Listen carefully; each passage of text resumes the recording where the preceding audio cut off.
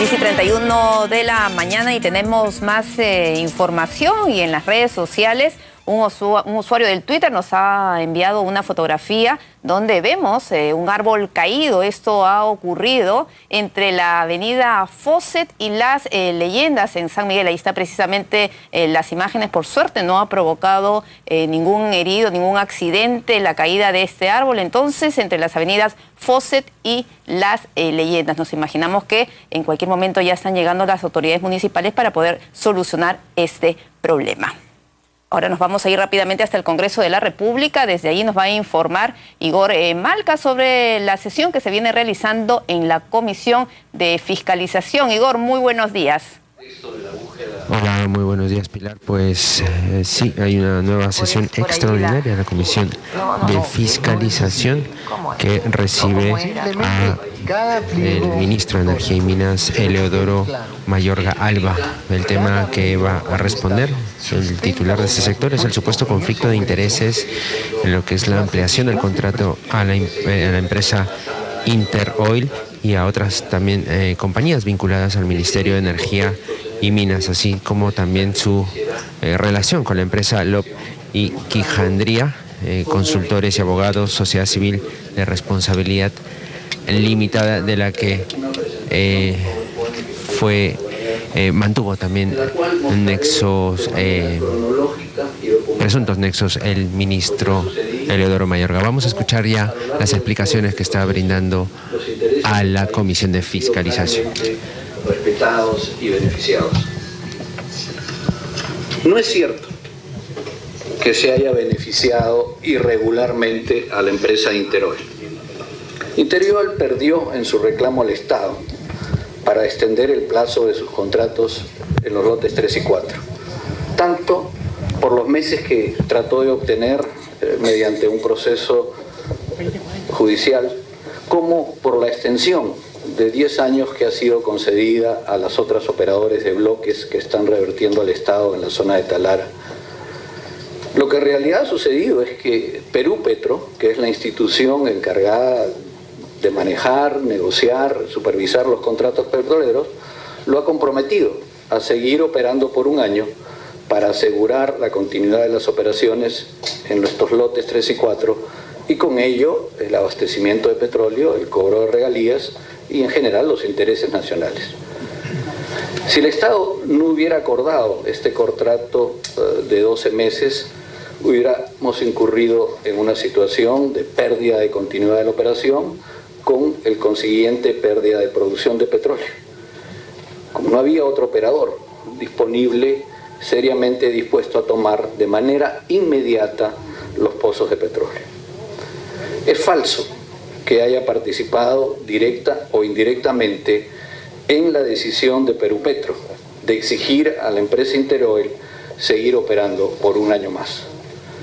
Perú Petro evaluó técnica y legalmente y decidió la celebración de estos contratos temporales, mucho antes que yo asumiera la cartera de Energía y Minas. No existe en consecuencia ningún conflicto de interés al haber firmado la resolución suprema de Perú Petro.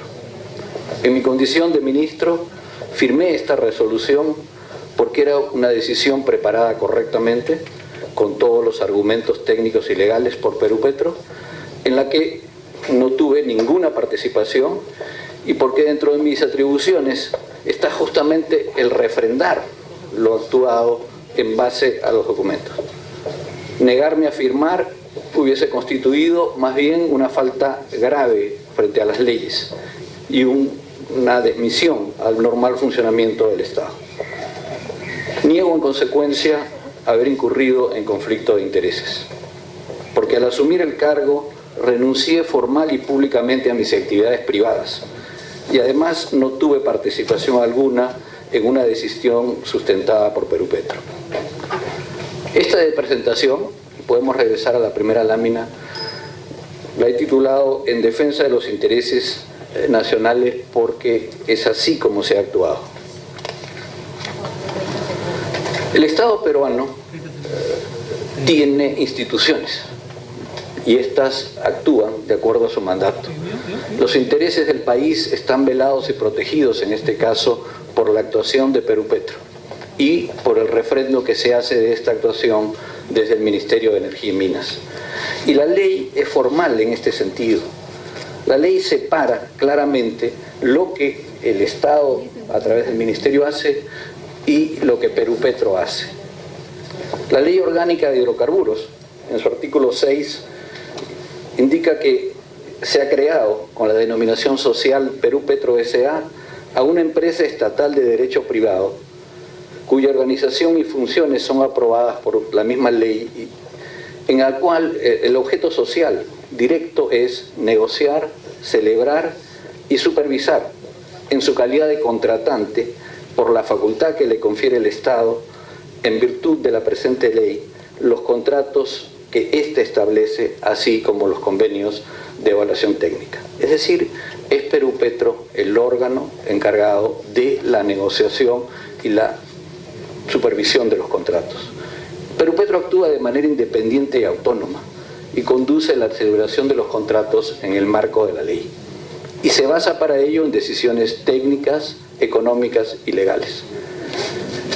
El Ministerio de Energía y Minas, de acuerdo a mandato expreso de las leyes, le corresponde expresarse en la formalización de estos contratos. Yo creo que esto es esencial cuando uno juzga lo actuado. Por hacer una similitud, el ministro de Economía es el que decide, como parte de la política del Estado, la política tributaria. Y es la SUNAT la encargada de hacer el cobro de impuestos. Es aquella que establece la veracidad de las declaraciones juradas de las distintas actividades, establece los montos del impuesto y hace la recaudación y hace el seguimiento respectivo en casos de incumplimientos. No es el ministro de Economía el que cobra los impuestos. En el Ministerio de Energía y Minas la similitud es clara. Es Perupetro el ente encargado de llevar adelante la negociación y la suscripción de los contratos.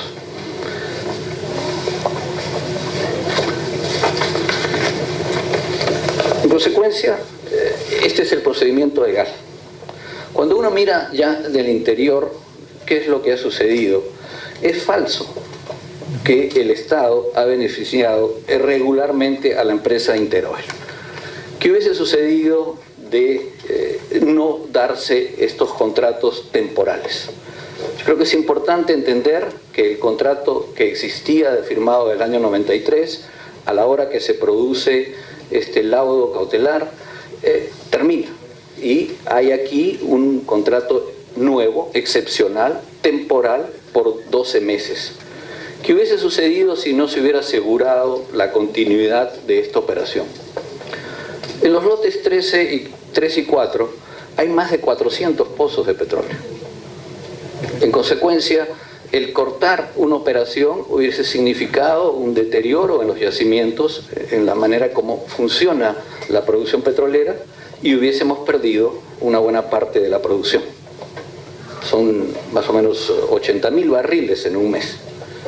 Esto hubiese significado que el Estado dejaría de percibir casi 5 millones de dólares, que es más o menos el 50%.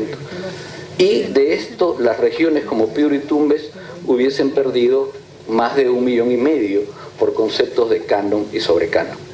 Además, se hubiese perdido impuesto a la renta y se hubiese dejado sin trabajo a empresas de servicios y a trabajadores de esta situación. O sea, el asegurar la continuidad era en ese momento la mejor opción. Tiempo. En esta decisión, el ministro no participa, ni directa ni indirectamente. Estas son evaluaciones que realiza Perupetro y que su directorio avala y proyecta al Ministerio. Esta decisión de la continuación temporal se hace en base a este tipo de evaluaciones. Y en los informes que ustedes tienen la documentación que avala este actuar. Si ustedes quieren colocar a lo largo del tiempo cómo es que esto sucede, los contratos se firman en el año 1993, es decir, hace poco más de 20 años. con un plazo de validez de 20 años. La ley, sin embargo, permite que los contratos petroleros puedan extenderse hasta 30 años, es el plazo máximo de contratos de producción de petróleo. En junio del 2012 hay una medida cautelar pedida por la administración, por la gerencia de ese momento de Interoil, que reclama el hecho de que hubieron lluvias excepcionales causadas por el fenómeno del Niño en los años 97-98, 2003, 2004. No sabemos si es receso. Esta medida cautelar pasa, dada la negación de Perú Petro a aceptar, a un arbitraje.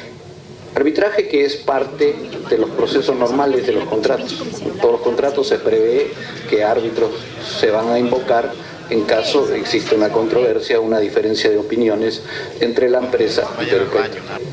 Y los árbitros fallan de manera explícita recogiendo esta medida cautelar. Los árbitros al final recogen lo que esta medida cautelar tiene y disponen, si ustedes miran exactamente la información legal que se les ha transmitido, que los contratos van a seguir vigentes en sus mismas condiciones hasta que ellos emitan el laudo que ponga fin a la controversia. O sea, los árbitros dicen, señores, ustedes van a seguir trabajando, van a seguir operando tal cual. La empresa continúa la operación, la empresa paga las regalías, cumple con todas sus obligaciones. Y esto es válido para ambos. Pero adicionalmente, los árbitros incluyen una decisión muy importante en este contexto.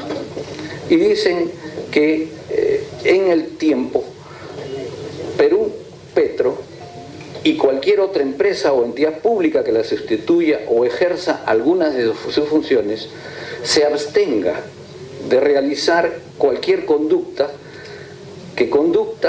que desconozca la extensión de los plazos de vigencia contractual antes mencionados y o impida o perturbe el cumplimiento de las obligaciones de Interoil o el ejercicio de sus derechos durante la vigencia de esos contratos. Y esto hasta que los árbitros emitan un laudo definitivo.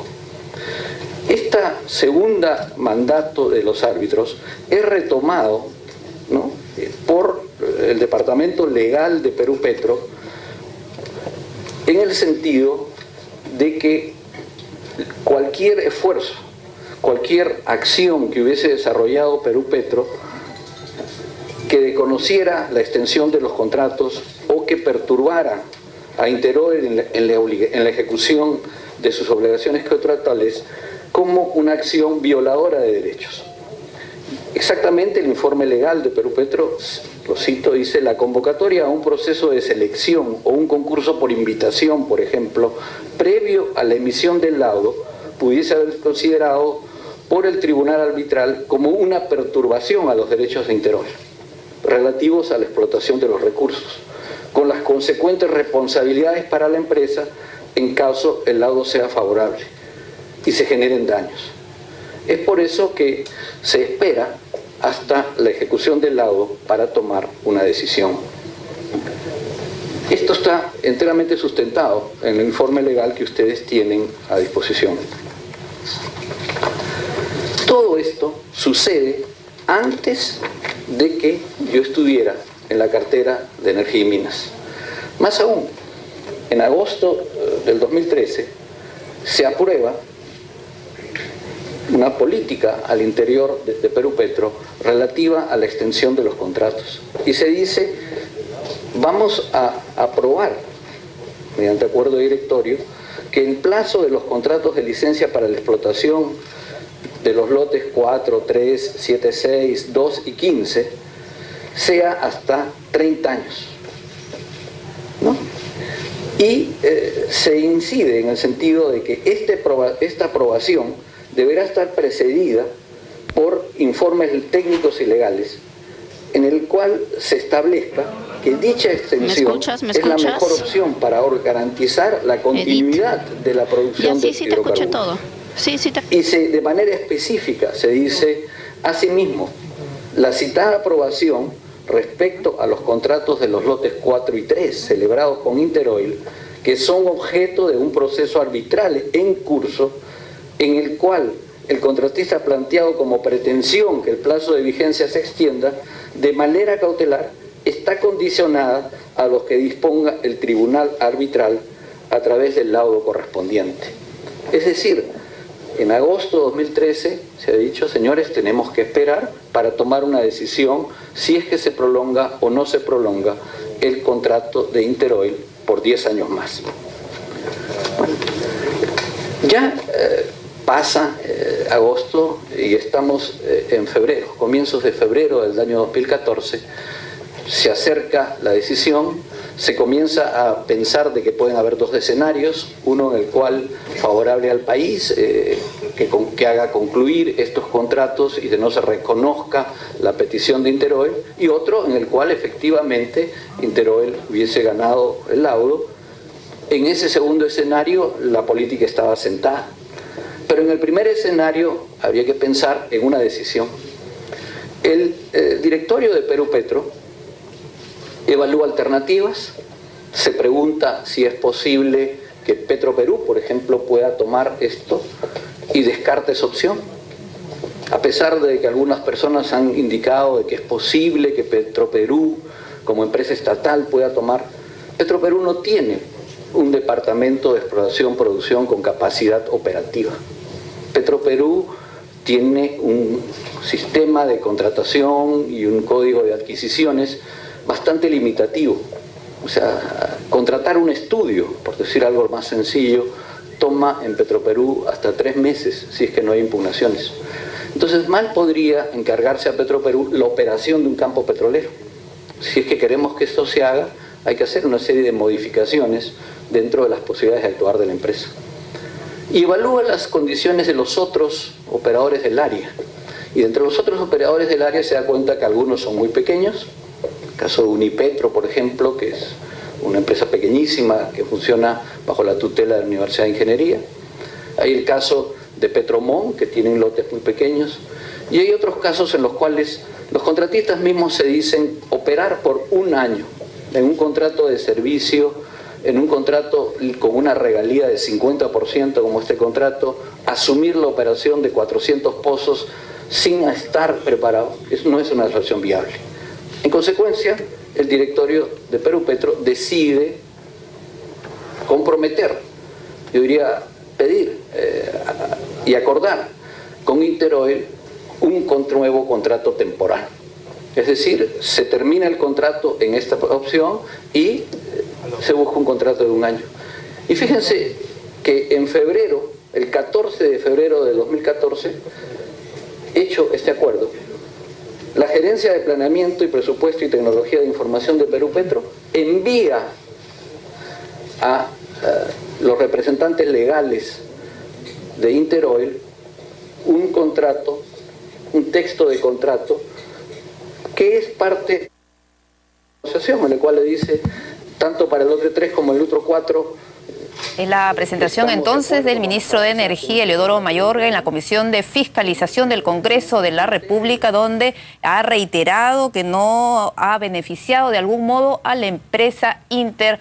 Nosotros vamos a regresar en breve con lo que sigue ocurriendo en el Congreso de la República, pero a esta hora nos vamos a ir hasta ATE, a la sede de la DINOES, con Mónica Ugarte. Como vemos, ya al parecer ha concluido parte de la diligencia del día de hoy. ¿No es así, Mónica? Pilar, ¿qué tal? Se ha dado un receso de 5 minutos para evaluar la salud del expresidente Alberto Fujimori, quien, como vemos, ingresa ya nuevamente a la sala acompañado de su abogado William Paco Castillo. Sin embargo, aún la jueza Victoria Sánchez y las demás magistradas integrantes de la Cuarta Sala Penal Liquidadora, quienes llevan a cabo, quienes presiden este juicio, pues aún no ingresan a la sala. Vemos a Alberto Fujimori tomando un vaso de agua agua, y hay que mencionar que durante todo el interrogatorio al ex viceministro Jailili, él ha estado haciendo anotaciones, incluso en más de 5 oportunidades su abogado se acercó a él y le alcanzó unos papeles en los cuales le indicaba básicamente datos sobre las compras de aviones durante su régimen, el régimen del expresidente Alberto Fujimori. Continúa haciendo anotaciones él, mientras en su lugar también vemos a su abogado William Paco Castillo, a la espera pues de la presencia de la exsecretaria del Servicio de Inteligencia Nacional, Matilde Pinchi Pinchi, quien se nos mencionó se encontraba ya en una sala contigua a la espera de ser interrogada. Recordemos que el procurador adjunto Joel Segura mencionó que el testimonio de Pinchi Pinchi va a ser clave y esclarecedor para poder determinar el desvío de dinero de las Fuerzas Armadas para financiar a los diarios chichas, esto pues con la intención de desprestigiar a los opositores a Alberto Fujimori y por consecuente lograr la reelección del exmandatario en el año 2000. La audiencia, Pilar, se inició a las 9:30 de la mañana y según ocurre normalmente debería tener una duración de 2 horas, ya va poco más de 1 hora que se ha iniciado esta audiencia, por lo cual asumimos que de ingresar a la sala Matilde Pinchi Pinchi respondería solamente algunas preguntas y se suspendería esta audiencia y continuaría en la próxima semana, ya el día miércoles. Sería que tendría que ser citada nuevamente ella para continuar con el interrogatorio. Recordemos que esos interrogatorios son relativamente largos, ya que hacen preguntas claro que sí. Los procuradores, también la Fiscalía, la Defensa y también las magistradas, Pilar. Y Mónica, ¿va a ocurrir de repente algo como pasó hace 2 días con el ex viceministro de Hacienda, el señor Yailiría Guapara, que el interrogatorio se dio en 2 partes? En ese caso, debido al problema de salud del expresidente Alberto Fujimori. Vamos a regresar contigo, Mónica, para tener todos los detalles, todas las incidencias, en todo caso, de la llegada, del ingreso de Matilde Pinchi Pinchi. Muchas gracias, Mónica, y regresamos contigo. Bueno, y a esta hora de la mañana nos acompaña en nuestros estudios María Teresa Mosquera, y gerenta de proyecto de Save the Children. María Teresa, gracias por estar con nosotros. Gracias a ustedes, buenos días. Buenos días. Y la Organización Internacional ha hecho un informe mundial muy interesante a propósito del estado de las mujeres, de las madres, en 176 países. Estamos a 2 días del Día de la Madre. ¿Va a ser un regalo para las mamás peruanas o no tanto? Bueno, estamos menos de la mitad, creo que es un gran avance y esto se debe a una política continuada, política de Estado y no de gobierno, que creo que eso es lo más importante en las decisiones de un país, el que permanentemente continúen políticas que atiendan preventivamente la salud de las mujeres que decidan tener sus niños durante la gestación, el parto y especialmente todo lo que significa los primeros años de vida del niño. María Teresa, ¿no? Vamos a regresar a la sede de la DIROES con una alerta más.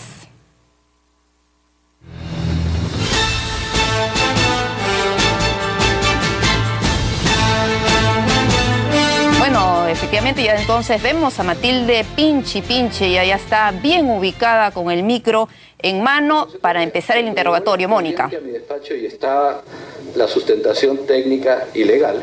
No tuve ningún inconveniente a firmar. Más aún, es una obligación de un ministro firmar. No es que uno puede abstenerse en este tipo de procesos de firmar. Los decretos supremos, a final de cuentas, sirven a refrendar lo actuado. La ley orgánica del Poder Ejecutivo, entre las atribuciones directas del presidente. ¿Jura usted por Dios que va a responder con verdad a las preguntas que se le van a hacer en este acto? Sí, juro, doctora. Bien, gracias.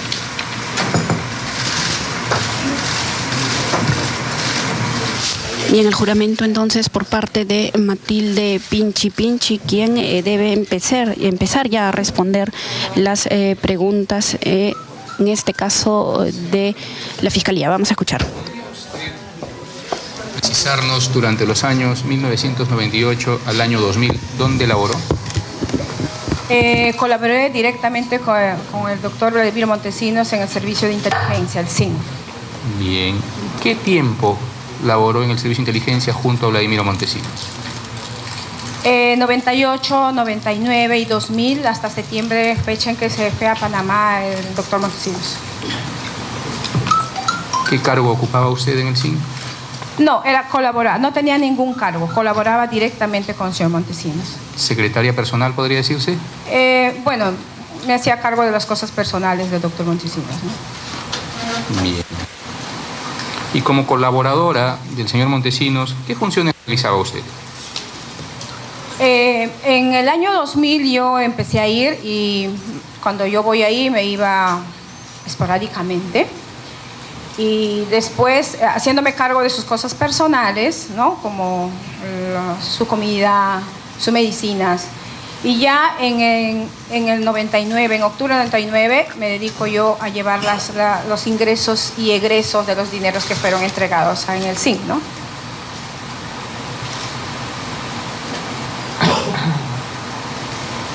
¿Recuerda usted en ese periodo quién era el jefe del Servicio de Inteligencia Nacional? Sí, el último que era es el servicio Rosas Bonicelli. Rosas Bonicelli. ¿De quién dependía Rosas Bonicelli funcionalmente? Bueno, supuestamente tenía que ser no sé, pero dependía del doctor Montesinos, ¿no? Dependía del doctor Montesinos. Sí. ¿Estaba subordinado al doctor Montesinos? Así es. ¿Qué cargo ocupaba Vladimiro Montesinos en el SIN? Era el jefe del Servicio de Inteligencia. ¿Recuerda usted cuáles eran las funciones que tenía él como jefe de facto del Servicio de Inteligencia? Sí, era encargado de todo lo que pues, se veía, las cosas de lo que era el país, ¿no? En ese entonces, ¿no?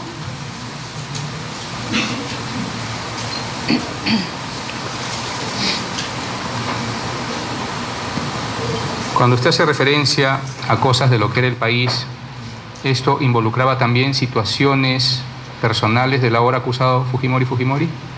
Sí, así es.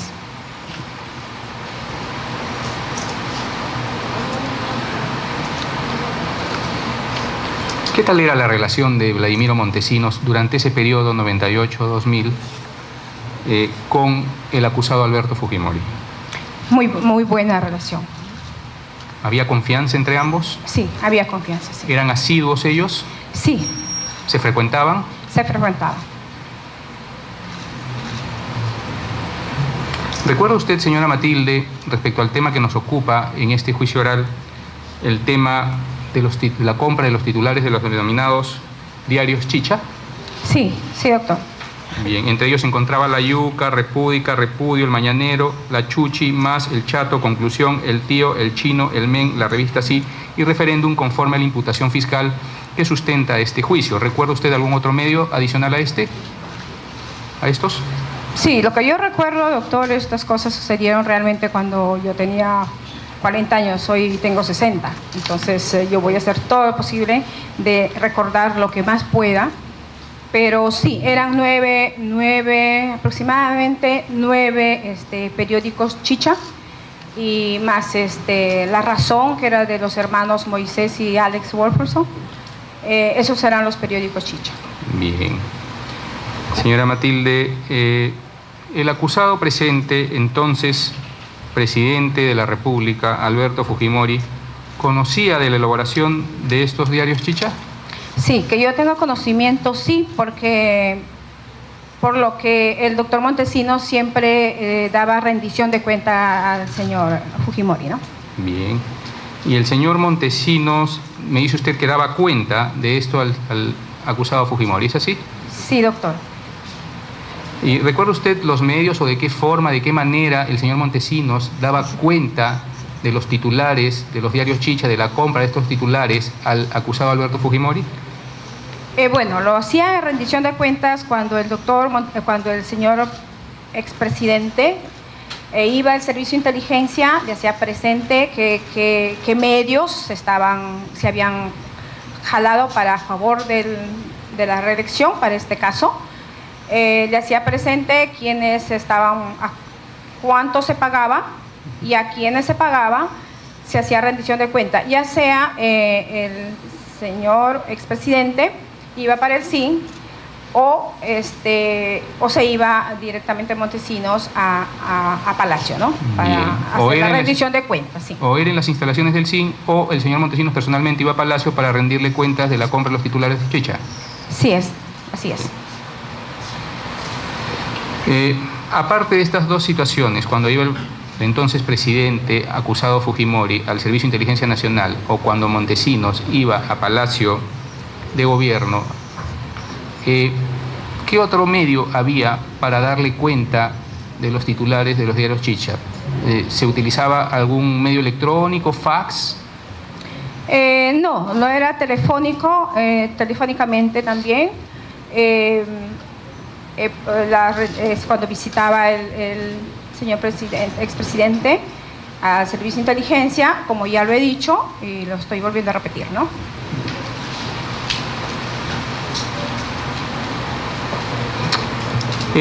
¿Tomó conocimiento usted en esta rendición de cuentas que hacía Montesinos respecto a la compra de los titulares de los diarios Chicha, si existió en algún momento algún rechazo a algunos de los titulares por parte del acusado Fujimori, pidiendo alguna modificación al respecto? No recuerdo, doctor, pero sí hubo un momento en que este señor Bressani, que estaba a cargo de los 9 titulares, de los 9 periódicos, uno de ellos denunció que no le estaban pagando, y por eso hubo un cierto alejamiento de esto, pero igual se le seguía pagando al señor Bressani, quien era el encargado de manejar a estos dueños de los periódicos. Bien, ha mencionado usted que también había comunicación telefónica. Se sabe también, por el desarrollo de este proceso y por el proceso que diera lugar a el expediente 30-2001, que existían teléfonos encriptados a través de los cuales se comunicaba Montesinos con el ahora acusado Fujimori. Siempre había un teléfono encriptado que era maletín o un celular también. Eso siempre acá el señor Fujimori usaba para comunicarse con el señor Montesinos, ¿no? ¿Era de comunicación exclusiva entre ambos? Exclusivo, sí. Las personas que tenían eso era exclusivamente para conversar directamente con la persona. En este caso, que me pregunta por el señor presidente y Vladimiro Montesinos. Bien, y cuando usted nos precisa que se rendía cuentas de las compras de los diarios Chicha a través de teléfono, de la vía telefónica, ¿se refiere usted a estos teléfonos encriptados o había otros teléfonos que también se utilizaban? No, de los teléfonos encriptados que estaban en el despacho del doctor Montesinos, ¿no?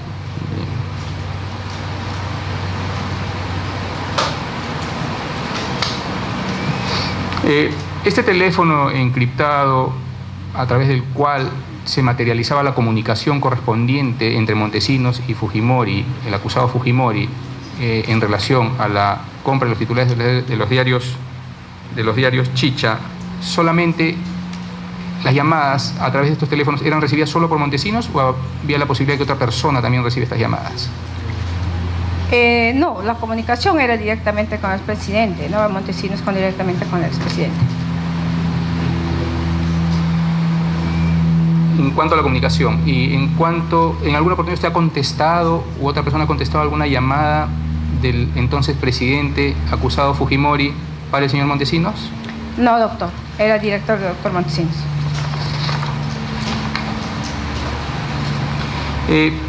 ¿Tiene conocimiento usted cómo se trabajaban los titulares de los diarios Chicha en el Servicio de Inteligencia Nacional?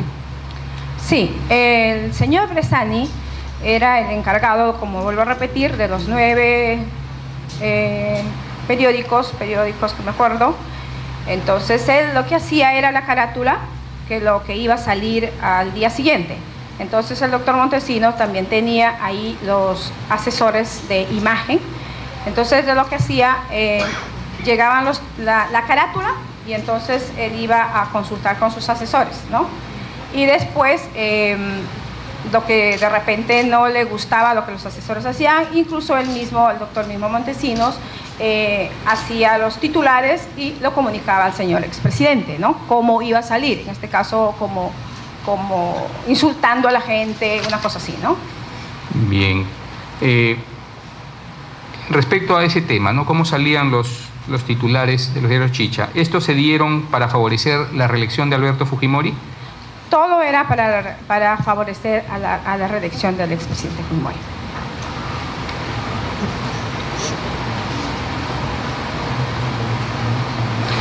Se ha tomado conocimiento también durante el desarrollo del presente juicio, así como del proceso anterior que diera lugar a este juicio, que en el SIN trabajaban para el tema de manejo de los diarios Chicha algunos publicistas, por ejemplo el señor Borovio. Dejemos que nos dé los nombres la testigo, doctor. Hagamos el contexto y en todo caso preguntemos. ¿Podría precisarnos usted si conoce respecto a los publicistas que trabajaban en la elaboración de los titulares de diarios Chicha? Eso es lo que yo le digo que son los asesores de imagen, ¿no? Que era el señor Borovio en un ambiente y el señor Mankiewicz, el señor Vininsky en otro. Ellos eran los que veían todos estos titulares, ¿no? Pero al final al señor Montesinos no le importaba mucho eso, sino a veces él no le parecía lo que ellos consultaba con los dos, a cada publicista lo tenía en diferentes ambientes. Entonces iba con uno a consultar, mira lo que he hecho, o sea, haciendo ver, mira el otro. Entonces, si no estaba de acuerdo, al final se publicaban los periódicos lo que decidía el doctor Montesinos vía conversación, ¿no? Cómo iban a salir los periódicos.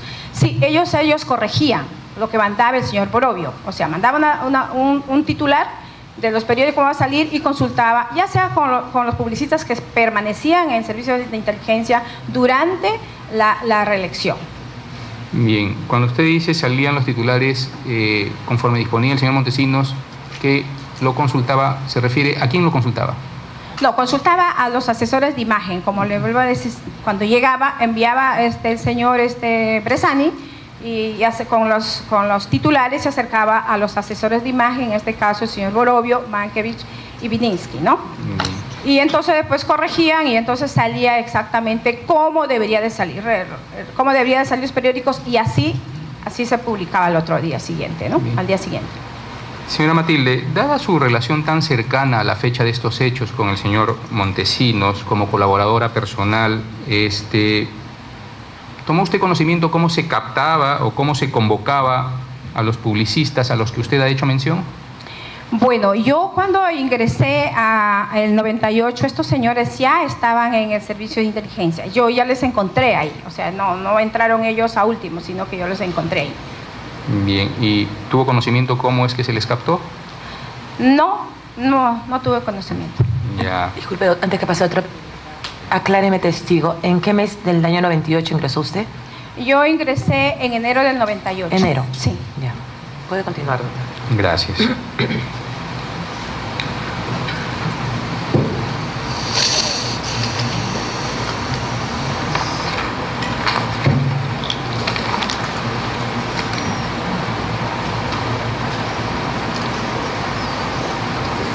Precisó usted hace un momento que administró también como colaboradora personal de Montesinos el dinero que se recibía. Es de conocimiento público que en este proceso, en este juicio, se está ventilando un desvío de fondos de las Fuerzas Armadas, ¿no? Lo cual ya ha sido demostrado con una sentencia en el proceso madre. Bajo esa situación, el dinero que usted precisó haber administrado, que recibía como colaboradora personal de Montesinos, ¿era aquel que era remitido por las Fuerzas Armadas, específicamente Ejército y Fuerza Aérea del Perú? Sí, la FAP, la Marina, el Ejército, la Policía, Ministerio del Interior, Ministerio de Defensa, de lo que son de las entidades públicas, ellos hacían entrega de dinero para el dinero que era para la reelección. Todo este dinero que ingresó era para hacer pagos a diferentes medios de comunicación, sea escrita o sea televisiva. Y bueno, y a toda la gente, a todo lo que se pagaba también, ya sean a todos los que tenía que pagar y manejar Montesinos para todo a favor de la reelección, ¿no? O sea, magistrados, sean fiscales, y lo que ya se tiene conocimiento, lo que ya he venido declarando anteriormente, y en todo caso yo me remito a mis declaraciones y me ratifico en todas mis declaraciones hechas ante todas las autoridades que me citaron desde ese entonces, desde el 2000 hasta la fecha. Bien. Señora Matilde, habla usted que este dinero se recibía para el tema de la reelección, para la compra de los medios de comunicación. ¿Dentro de estos medios de comunicación se encontraban los llamados diarios Chicha? Todos los diarios Chicha, los medios por eso le digo, los diarios Chicha, los medios de comunicación, y que sí, entregaron, sí, las personas de que usted me mencionó, lo que ya le mencioné y lo que me acaba de preguntar usted, ¿no? Señora Matilde, ¿recuerda usted quiénes llevaban este dinero, cómo llegaba este dinero al Servicio de Inteligencia Nacional? De la Marina, la FAP, el Ejército, llegó más o menos en un principio, más o menos de 280 a 300 mil dólares mensuales. Lo mismo era de la policía.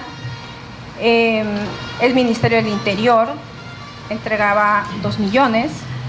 El Ministerio de Defensa, 13 millones 500, un aproximado de 3 millones 800 mensuales, dólares, estoy hablando 13 millones 500 en soles, al cambio de ese entonces más o menos esos 3 millones 800. Y el Ministerio del Interior entregaba 2, la policía también, entonces todos se sumaron para que haya ese dinero y poder manejar realmente el país para que haya reelección. Y no solamente se manejaba aquí en Lima con los medios de comunicación, también se hacían en provincia, en provincia con los comandantes generales que estaban a cargo en cada región. También se manejaba lo mismo que acá, o sea, en cada región de un comandante, un general, manejaba su región también pagando, ya sea en el pueblo, pues en Arequipa, pues en Iquitos, pues en diferentes sitios del norte, sur, el centro, también se manejaba de la misma manera. Se entregaba dinero en el SIN a estos generales para que hagan pagos en sus provincias, ¿no? en sus jurisdicciones que ya estaban a cargo para todo para favorecer la campaña de la reelección, ¿no? Bien. ¿Y recuerda usted las personas que se encargaban de llevar el dinero al SIN? Bueno, lo que yo tengo conocimiento y siempre ha sido así, le entregaban la Marina, la FAP y el Ejército, entregaban el dinero al señor Rosa Bonachel, la policía también. El Ministerio del Interior le entregaban al capitán en ese entonces, Mario Ruiz Agüero. Y él a su vez me entregaba a mí, ¿no? Igual el señor Rosa Bonachelli le entregaban el dinero, le entregaba a la señora María Angélica Arce, y como yo llevaba las cuentas, los ingresos y egresos, me entregaba a la señora María Angélica Arce para anotar en las hojas que tenía yo de ingresos, una especie de cardes de ingresos y egresos. Y el Ministerio también del Interior, ese le entregaban a los...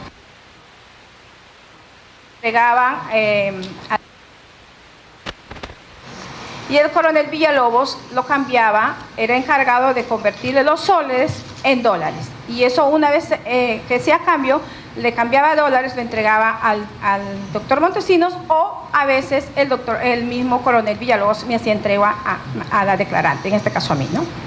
Bien. Ese dinero que se recibía en el SIN de las Fuerzas Armadas, específicamente del Ejército y la Fuerza Aérea, que motiva este juicio, ¿se entregaba formalmente a través de una comunicación oficial o era una entrega informal con recibos simples?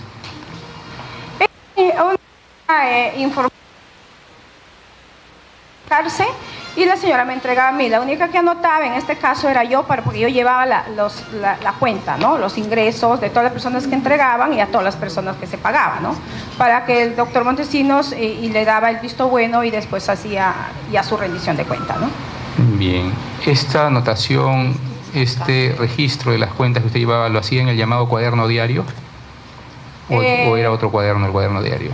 No, yo tenía unas hojas, que eran unas hojas como de Cardex, donde dice el concepto, el tipo de cambio, o entregas, salidas, ingresos, egresos y saldos, ¿no? Eso es una hoja que yo tenía, y eso, en esas hojas yo llevaba la cuenta. La señora María Angélica sí tenía un cuaderno donde ella anotaba todas las personas que ella hacía entrega de dinero, y a su vez los recibos que cancelaba la señora María Angélica Arce me entregaba a mí, y chequeamos con el doctor Montesinos quincenal o mensual para que haga rendición de cuenta al expresidente Fujimori, ¿no? Bien. Eso era así. Bien. ¿Se rendía cuentas de ese dinero al ahora acusado Fujimori cada cuánto tiempo? Eso lo hacía Podía ser cada 15 días o cada mes. Incluso yo, en este caso, la declarante, también he acompañado al doctor Montesinos a Palacio cuando el señor presidente en ese entonces no venía porque estaba ya en su campaña y trabajando. Nosotros íbamos a Palacio para que él haga su rendición de cuenta y le presente de todo lo que se estaba haciendo, ¿no?, para la reelección. En estas circunstancias, cuando usted acompañaba al señor Montesinos a Palacio para rendir cuenta, ¿participaba usted de este acto de rendición de cuentas directamente? ¿Estaba presente usted cuando se rendía cuentas al acusado Fujimori? No, doctor. Yo me quedaba en la antesala esperando al doctor Montesinos que entraba, ¿no? Este dinero al que usted ha hecho referencia, proveniente del Ministerio de Defensa, de las Fuerzas Armadas, del Ministerio del Interior y de la Policía Nacional del Perú, ¿constituyó el único medio que solventó la compra de los titulares diarios Chicha o existió otro medio de sustento económico?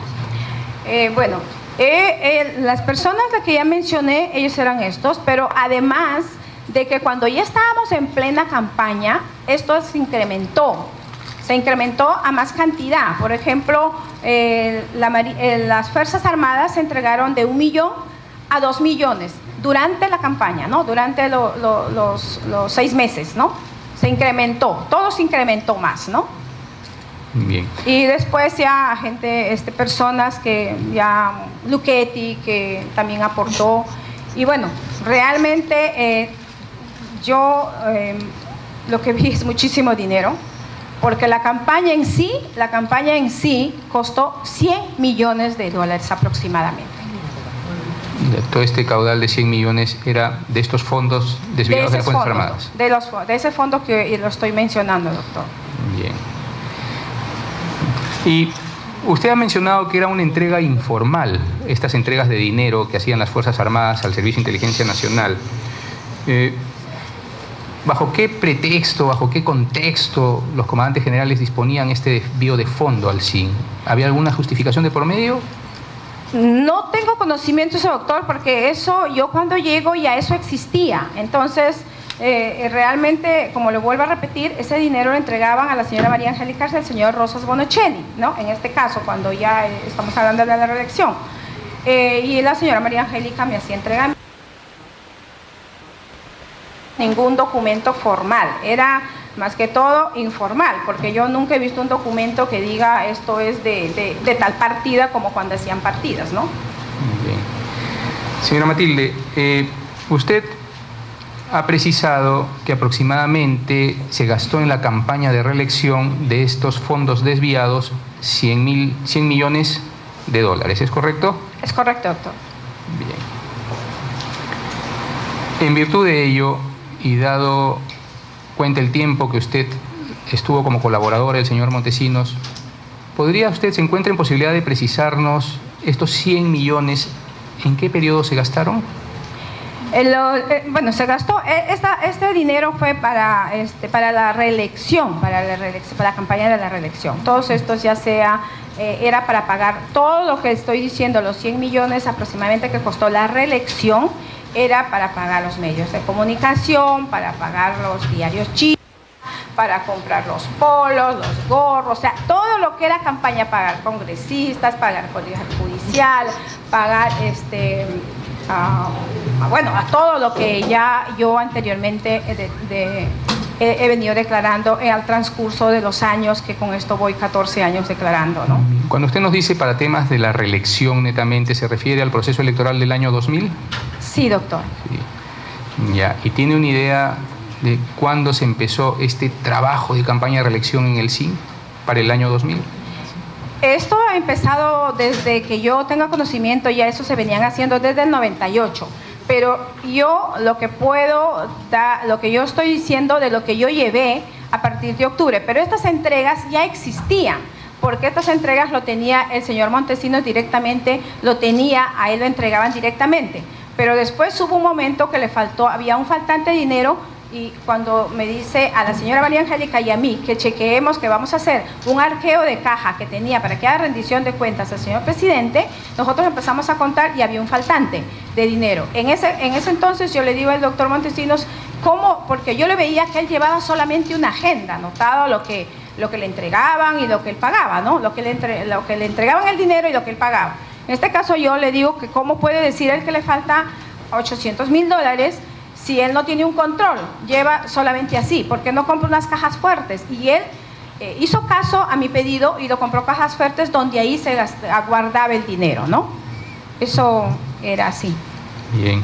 Señora Matilde, ¿y conoció usted cómo es que se pagaba los titulares? ¿Quién recibía por parte de los titulares este dinero? ¿Quién hacía el pago por parte del SIN a los diarios Chicha? El señor Montesinos ya tenía todo ordenado, las cosas como teníamos que pagar. En este caso se pagaba al señor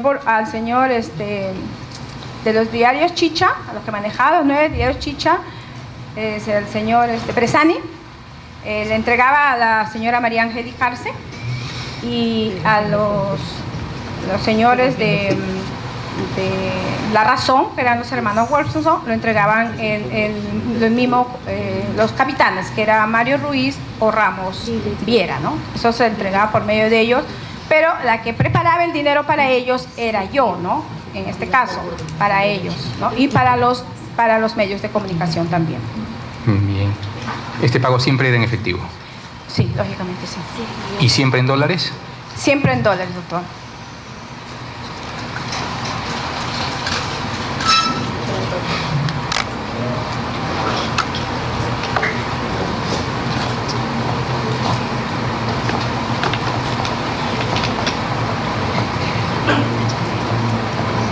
En alguna oportunidad los comandantes generales de la Fuerza Aérea y del Ejército, el Esbán Bello, Villanueva Ruesta, Bergamino, ¿entregaron sobres con dinero al SIN? Ellos, bueno, lo que yo tengo conocimiento es de las Fuerzas Armadas, ¿no? Marina, FAP, Ejército. Ellos enviaban el dinero, como ya lo dije, ¿no? Ellos enviaban.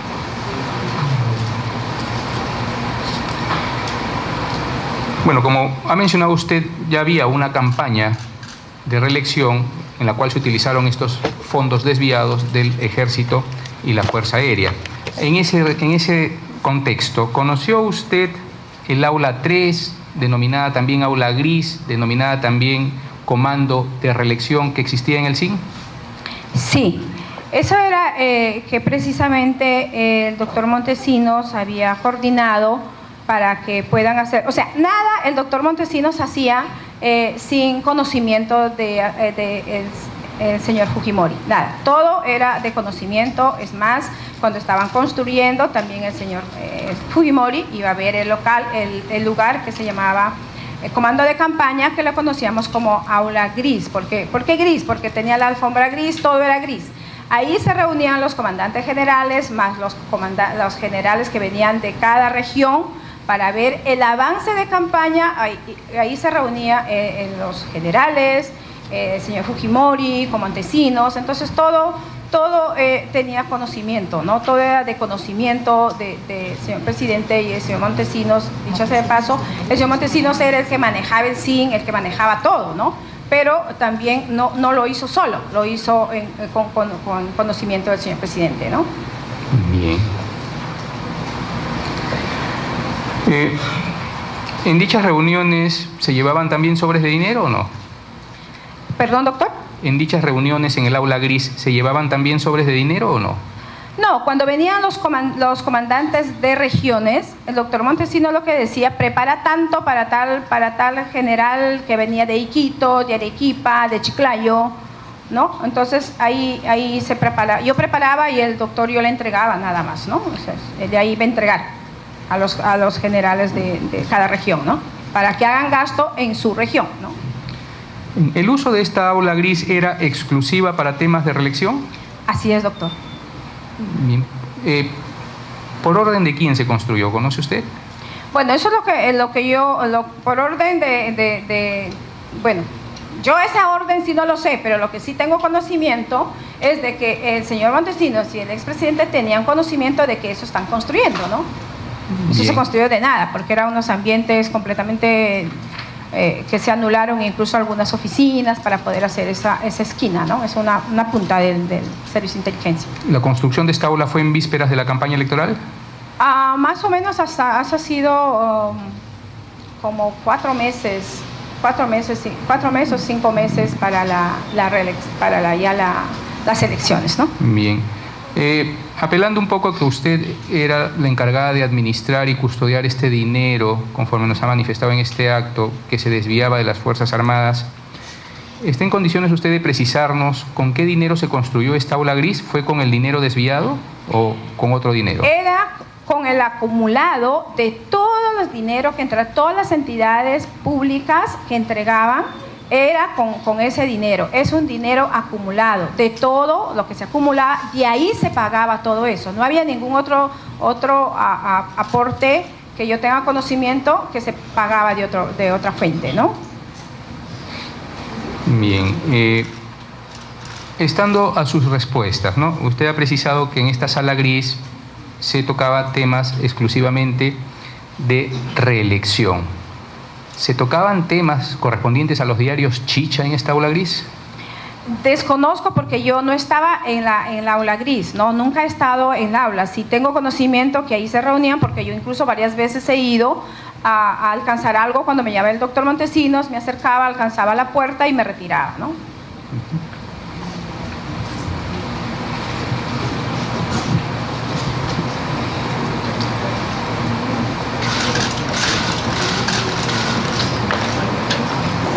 ¿Con qué frecuencia se reunían en el aula gris los comandantes generales, el acusado Fujimori, con el señor Montesinos? En la época ya para ya las elecciones era a diario, ¿no? Pero en un principio, pues cuando ya se terminaron la construcción realmente ya era todos los días. Todos los días tenían que ver los comandantes generales, incluso los congresistas, ¿no? Los congresistas ya en ese entonces congresistas, no los que estaban postulando. Pero también los llevaron también para que conozcan ese ambiente a los que estaban postulando. Pero normalmente ahí eran las reuniones ya de la reelección, ¿no? ¿La presencia del acusado Fujimori en esta aula gris se hizo frecuente? Que tengo conocimiento, sí.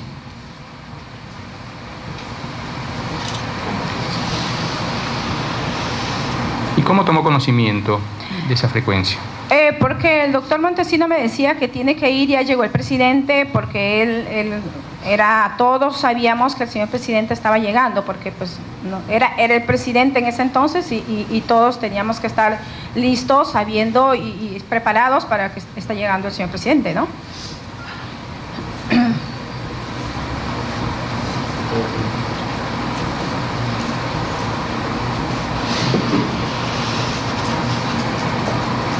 Dado cuenta de la participación activa que menciona usted ha tenido el acusado Fujimori en estos temas de compra de titulares de diario Chicha, elaboración de los titulares de diarios Chicha, el acusado Fujimori, en su calidad de presidente de la República, dispuso el desvío de fondos de las Fuerzas Armadas al Servicio de Inteligencia Nacional.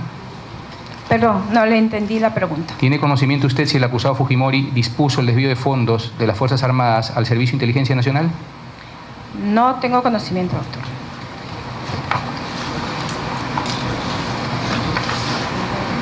Yo le agradezco, señora Matilde, su presencia. Eso es todo, señora presidenta. ¿La parte civil va a interrogar al testigo? ¿A la testigo? Sí, señora presidenta. Sí, puede hacerlo, doctor. Bien, han sido declaraciones de Matilde Pinchi respondiendo al interrogatorio de la Fiscalía. Hemos escuchado pues que ella ha mencionado que Alberto Fujimori sí estaba al tanto del todo el tema del desvío de fondos de las Fuerzas Armadas para la reelección. Vamos a escuchar.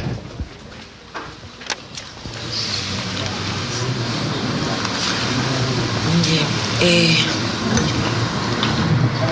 ¿Le quedan muchas? ¿Van a hacer varias preguntas, doctor? ¿Más o menos qué tiempo le tomará? Sí, van a ser... ¿Extendido va a ser su interrogatorio? Sí, más o menos. Bien, sí, han transcurrido ya un poco más de 2 horas de las que habíamos previsto para esta diligencia. No nos han comunicado oficialmente nada al respecto. No sé si tiene usted alguna... A ver. Sí, ahí está el médico, tanto del INPE como del... No, nos habla usted de hospitalización. Sí, el día de hoy. El día, solo por hoy. 2 horas. Hoy día y posiblemente mañana y pasado. Y mañana, bien. Sí. No, es para poder saber la programación. Un chequeo de rutina. Bien. estando a la petición formulada por el acusado, vamos a suspender la audiencia en este. Nos hemos extendido con el testimonio anterior. Señora Pinchi va a tener que concurrir para la próxima sesión para concluir en esa fecha su interrogatorio. Debe usted concurrir el próximo miércoles 14 a las 9 de la mañana. ¿Sí? Está bien, doctora. Bien. Ya no se le va a enviar notificación por escrito, está siendo usted notificada en este acto. Puede retirarse, por favor. Muchas gracias. Buenas tardes. Buenas tardes a usted. Bien, se retira entonces Matilde Pinchi. Se ha suspendido esta audiencia y se debe retomar el próximo miércoles 14 a las 9 de la mañana. Vamos a escuchar qué es lo que está diciendo en estos momentos la jueza que preside la sala. Sigue agotando posibilidades de ubicar una dirección que figura en el expediente, me parece, si mal no recuerdo. Comentarlo, Mónica, se ha suspendido la audiencia del día de hoy, se ha citado a Matilde Pinchi para la próxima semana, para el próximo miércoles, y la audiencia de hoy ha sido suspendida a pedido del expresidente Alberto Fujimori, quien sería hospitalizado en las próximas horas hasta el domingo, según ha dicho, para un chequeo médico de rutina. Y a esta hora nos vamos a una nueva pausa comercial. Ya regresamos.